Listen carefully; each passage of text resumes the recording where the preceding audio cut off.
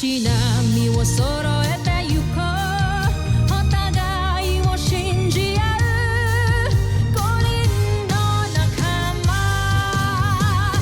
まるでスファイブに預けた命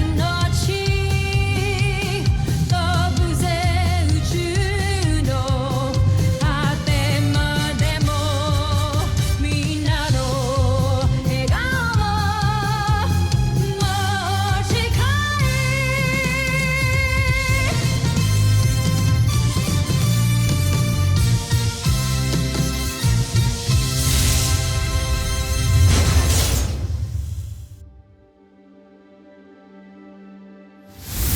Ang nakaraan sa Voltes 5 Legacy. Judy po yung pangalan niya. Papakilala ko po siya sa inyo bukas pagka pinayagan niyo na po ako na i-tour siya dito sa camp. I cannot allow you to do that. I made that policy. You don't want me to break my own policy, right? Mapapasok na ng aking espiya ang kampo ng Voltes 5. Maaari nyo na simulang gawin ang susunod nating ceasefire. At may nasimulan na kami. Ito ay pinangalanan naming Ne. It was so easy for the aliens to attack na hindi natin nalalaman. Mukhang hindi galing sa labas ng planeta natin ang mga Bosanians. I have a feeling na meron na silang base dito sa Earth. They're probably hiding right under our noses. Kung kausap niya naman ng espiya niya. Sino ba kasi mababang uri na yun? Bakit siya pinapili ng prinsipe? Bakit hindi na lang ako? Naninibugho ka sa espiya dahil malaking tiwala ng prinsipe sa kanya. Alam ko, itinatangi mo siya. Kaya mo naman pala maging organized eh. Gusto niya kasi ma-impress si Ate Judy bukas. Paalam mo muna kaya kay Dr. Smith yan. Basta isasama ko si Judy dito. Kung magkaroon ng problema, edi sagot ko. Sinaliksik na mabuti ang bawat detalye ng sa gayon ay walang makitang kahinaan ng kalaban sa kanya. Malaki ang tiwala ko sa'yo. Hindi ko ito binuo mag-isa. Kung hindi dahil sa tulong ni Draco ay wala sila. Kamusta ang buhay sa kulungan, Draco? Napako ng isang pagkakataon, siyempre. Naway, natuto ka naman. Dahil kung hindi ako magdadalawang isip na parusahan kayong lahat. May iba akong misyon para sa Luzon. Gusto ko rin tiyakin mo na hindi siya magtagumpay sa misyon niya. Tama ba naririnig ko? Oo, gusto kong matalo si Sardo sa lahat ng laban ninyo.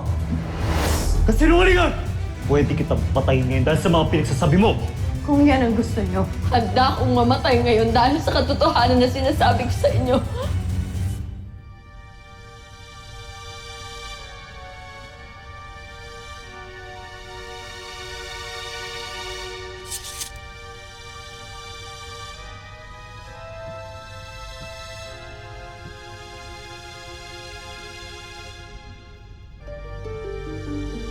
Tumayo ka.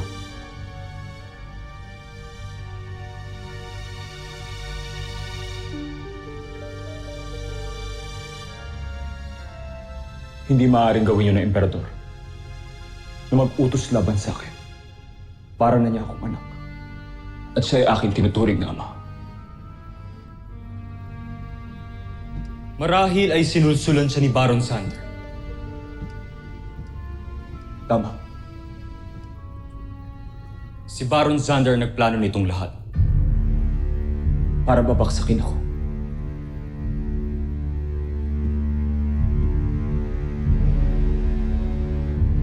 Mangako ka sa akin, Nashmi, na magtatagumpay tayo. At sa gayon hindi magtagumpay si Baron Zander sa kanyang mga plano. Napalitan ako. Pinapangako ko, John. Ngunit, paano si General Zul?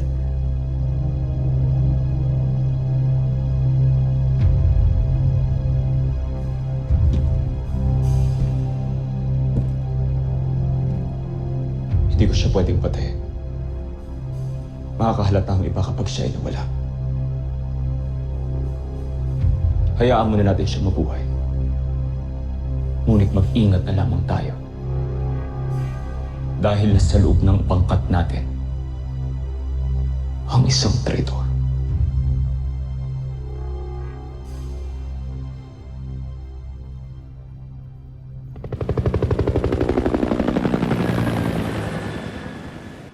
Wala namang pinagkaibang Camping Falcon sa ibang mga offices. I mean, you know, may mga empleyado rin naman kami. But we are the best of the best. Of course. Ate Judy, alam bang magaling ako inventor? Gusto mo makita mga invention ko? Tara sa room ko, tara. Sige, teko lang.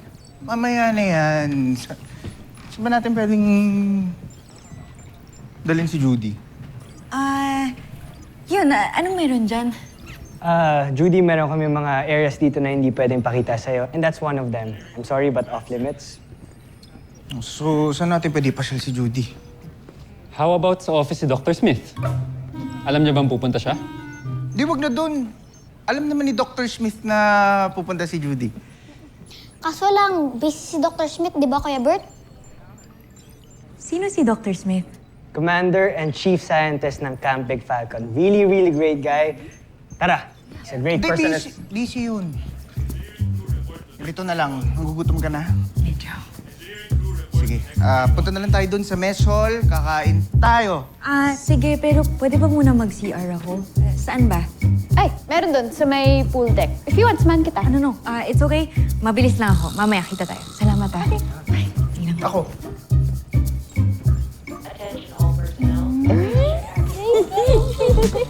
Dapat naman Nalo check mo, ah.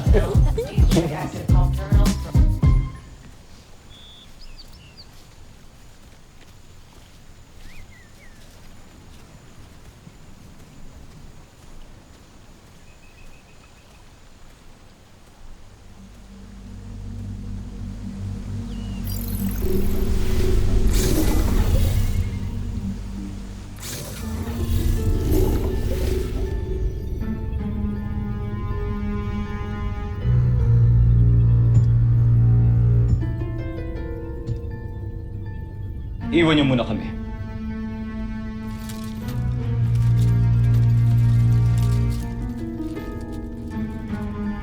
Mahal na prinsipe. Nais kong makita ang mga nakuha mo.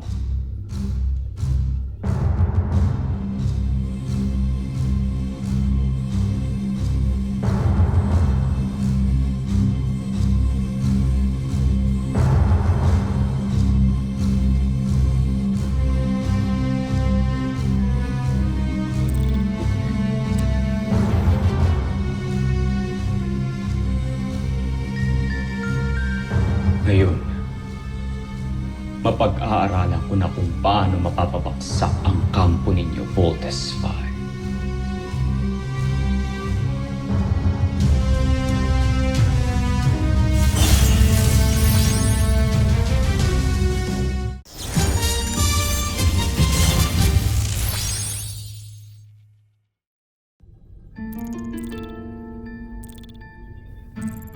Ito lang ba?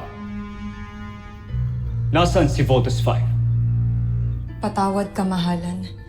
Pero mahigpit ang seguridad kaya hindi ko nakunan. Pero alam ko kung saan siya nakapwesto sa loob ng kampo. Mahusay ang ginawa mo. Salamat, Jomfrey. Pero nais kong samantalahin mo ang pagkakataong ito. Alamin mo kung sino ang mga piloto ng Voltes 5. Kilalanin mo sila. Alamin mo ang mga kahinaan nila. Ang impormasyong makukuha mo ang magdadala sa atin ng hinahangad kong tagumpay. At kapag nakuha mo ang impormasyong kailangan ko, bibigyan kita ng pahintulot na bumalik dito. Kahit kailan mo naisip. Masusunod, mahal na prinsipe.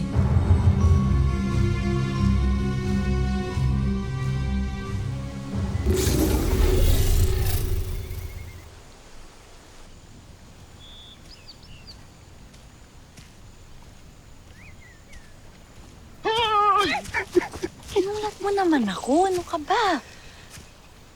Teka, ano palang ginagawa mo dito? Akala ko mag-CR ka lang. Oo nga.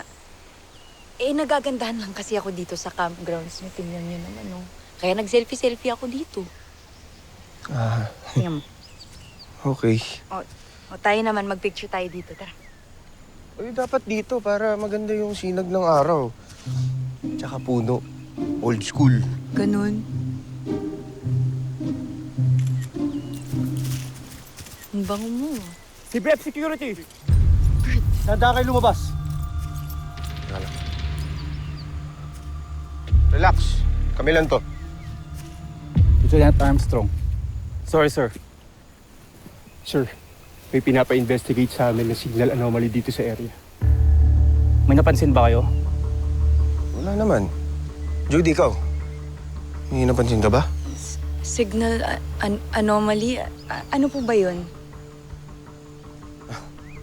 Baka wala dito. Sa ibang area na lang kayo mag-search. Salamat. Tara.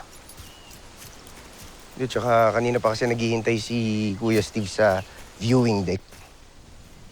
Kakain tayo. Na naman. Oh, syempre.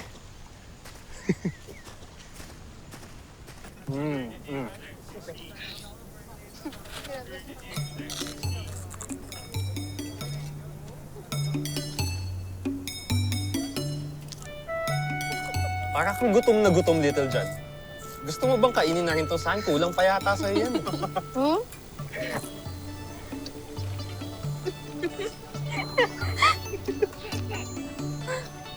Magagawin pa kasi kami ni Octo One.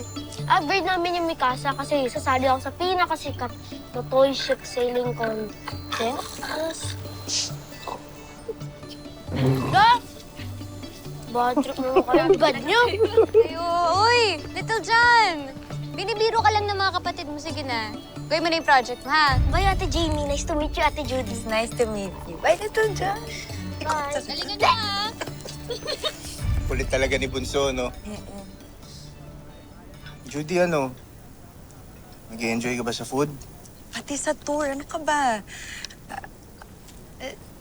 Grabe pala, no, ang daming nagtatrabaho dito. Lahat parang importante yung ginagawa. Everybody has their own responsibility na kailangan gampanan. Hindi tatakbo na maayos ang camp pag wala ang isa.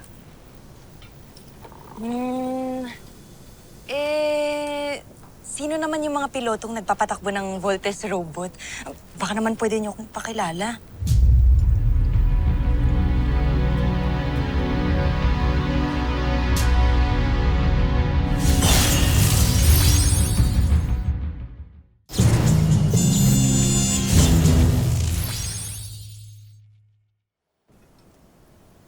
Bakit mo naman gusto malaman yung Judy? Wala, gusto ko lang makilala yung mga savior ng mundo. Alam mo, daig ko pa yung makakilala ng artista kapag nakilala ko sila. Baka naman pwede niyo akong i-introduce sa modern day superheroes natin. Sige na, Bert, nandito naman na tayo eh. General. Ngayon na kita nakita dito. Who are you? Commander. Siya po yung bagong GF ni Big Bird. Si Judy. Girlfriend? Opo, Dad. Girlfriend po ni Big Bird. General, let me explain. Kayo po pala si Commander Robinson. I'm Judy. It's nice to meet you, General. Nice to meet you too, Judy. But I'm sorry, I have to cut this short. Kailangan na nilang bumalik sa kanilang mga duties. You need to leave the camp. Thank you, General. Bert, guys, mauna na ako. Thank you. General, atid ko na po si Judy. Stay where you are, young man. Kami na lang magpapatid sa camp security. Thank you, Ikaw General. nang bahala. Everyone, I expect you to be in the conference room in 2 minutes. Lalong-lalo ka na, Big Bird. Sir, yes, sir.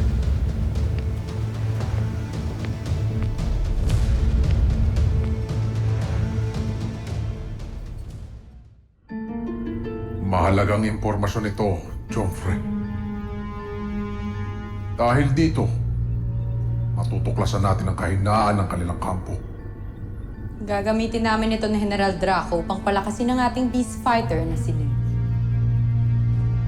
Tingnan natin kung mabigo pa tayo. Wawasakin natin sila bago pa sila maipagtanggol ni Voltes.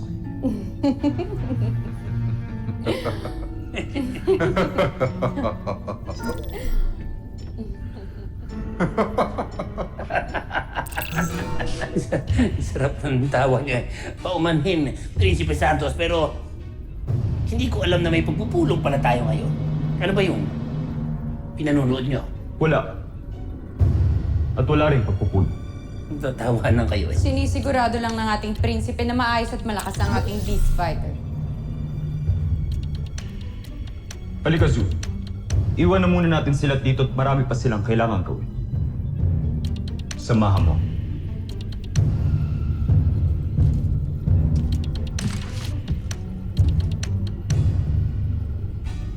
Zul!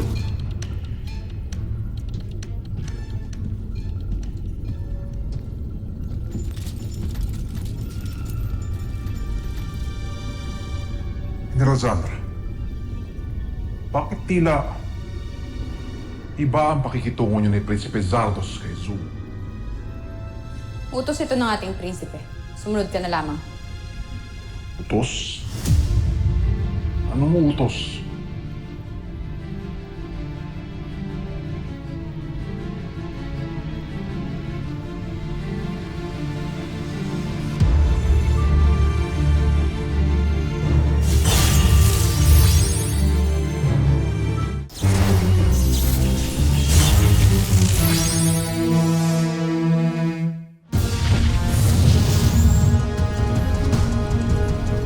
Jacob, prepare to engage, team.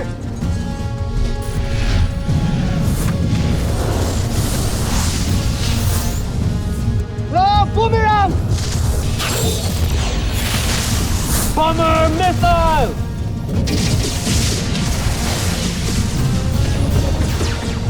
Panzer missile!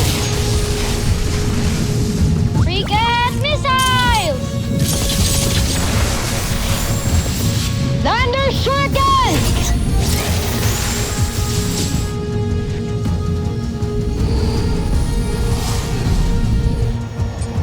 They're bugging out. Uy, bumalik kayo dito, mga duwag! Saan kaya galing yung mga yun? Bigla na lang nagpapakita. Tama nga si Daddy sa sinabi niya sa briefing niya. The Bosanians are already here with us on Earth.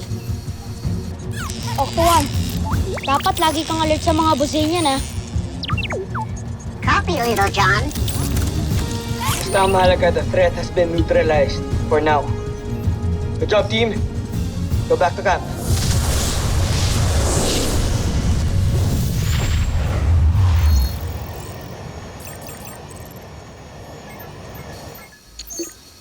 Mark?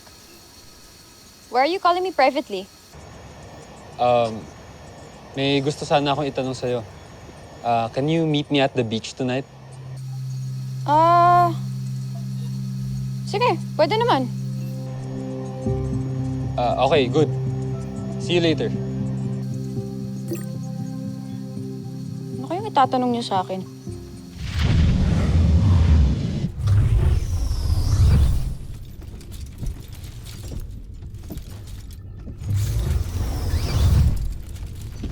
Pinapahanga talaga ako ni Zandra at Draco sa mga nilikha nilang beast fighter.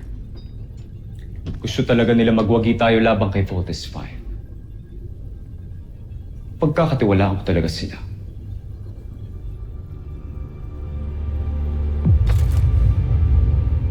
Ikaw, Zul. Mapagkakatiwalaan ka ba? Bakit, mahal kong prinsipe, ang aking tiyombre? Nagdududa ba kayo sa akin? Hindi naman sa ganun. Sinisiguro ko lang na lahat ng tao sa aking misyon ay tapat sa akin.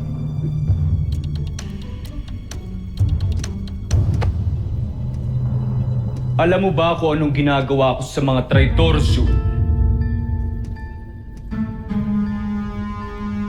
Pinapatay ko sila. Na kahit sarili kong ama ay hindi ko pinatawad. Kaya humanda sa akin ang susubok na baliktarin at traitorin ako. Magpahinga ka na, Zul. Mukhang iba yata ang timpla ng iyong pagmumukha. Ayoko namang may mangyaring masama sa iyo. Ako rin, Jompre. Ayoko rin may mangyari sa akin masama. Sa inyo.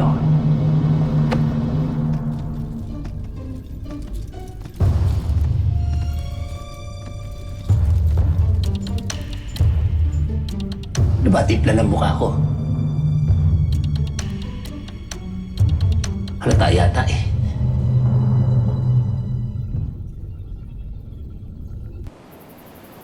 Uy! Jamie. Ayun na ba ni Steve? Ano? Anong kamay na ni Steve?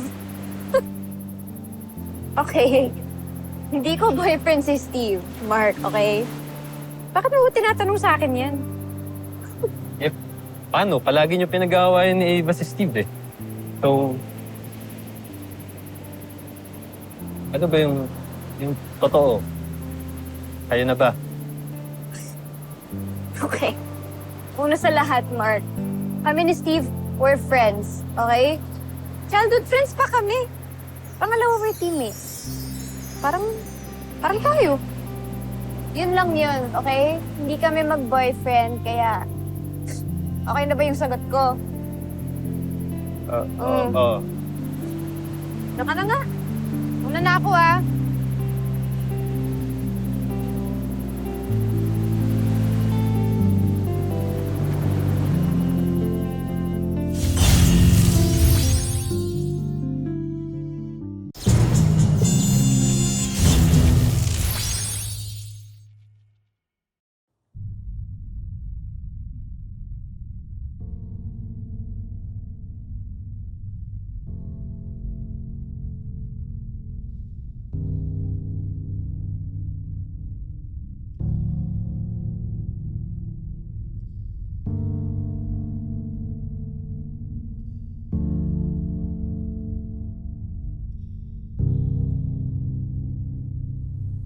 Ashby.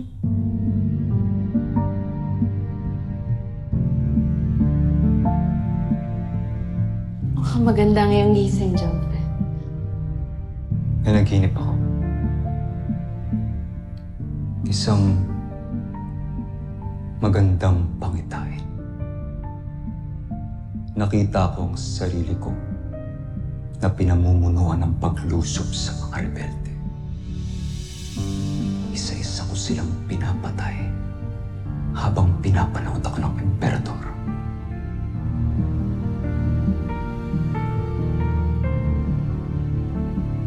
Tagal ko ng pangarap yun, Ashby. At matutupad na rin ang pangarap mo.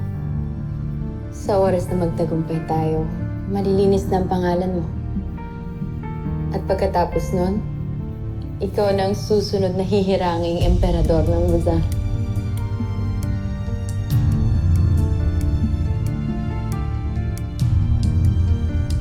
Gusto kong sinabi.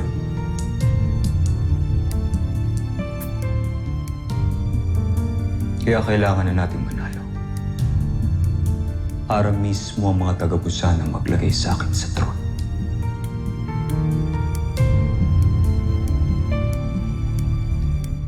Hindi na malayo mangyari yun. Malapit ko nang matalo ang mga kalaban sa tulong ng aking espiya.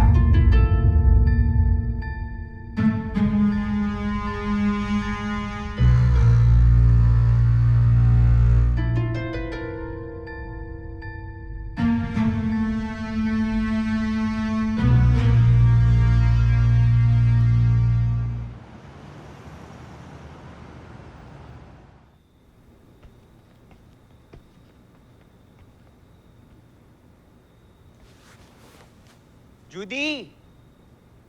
Si Bert ba yun? Bert? Bert? Judy!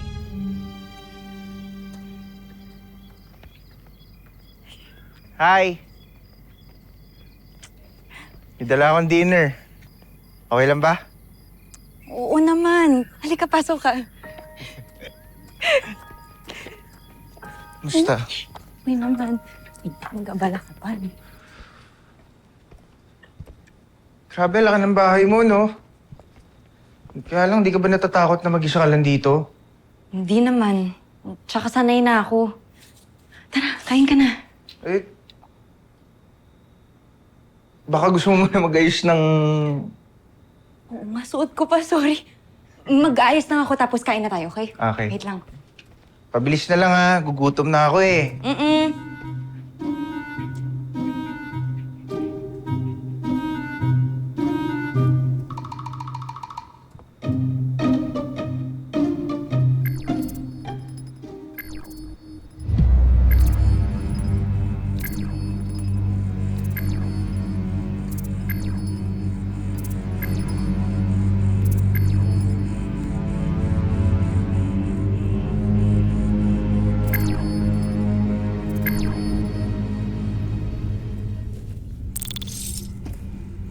Kanino ko pa hinihintay ang tawag?